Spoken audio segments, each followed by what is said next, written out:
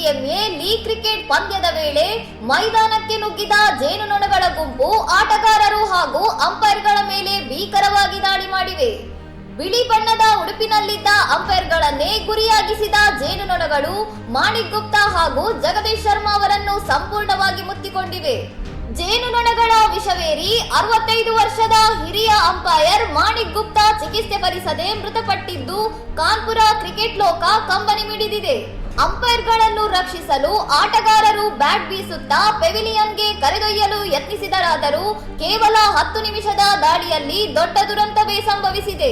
ಗಾಯಗೊಂಡ ಮತ್ತೊಬ್ಬ ಅಂಪೈರ್ ಹಾಗೂ ಹಲವು ಕ್ರಿಕೆಟಿಗರು ಆಸ್ಪತ್ರೆಯಲ್ಲಿ ಚಿಕಿತ್ಸೆ ಪಡೆಯುತ್ತಿದ್ದು 30 ವರ್ಷಗಳಿಂದ ಅಂಪೈರಿಂಗ್ ಮಾಡುತ್ತಿದ್ದ ದಿಗ್ಗಜ ನಾಗರಿಕೆ ನೋವು ತಂದಿದೆ. ಇನ್ನಷ್ಟು ಸುದ್ದಿಗಳಿಗಾಗಿ ನೋಡ್ತಾ ಇರಿ ಸೌರಂ ಟಿವಿ.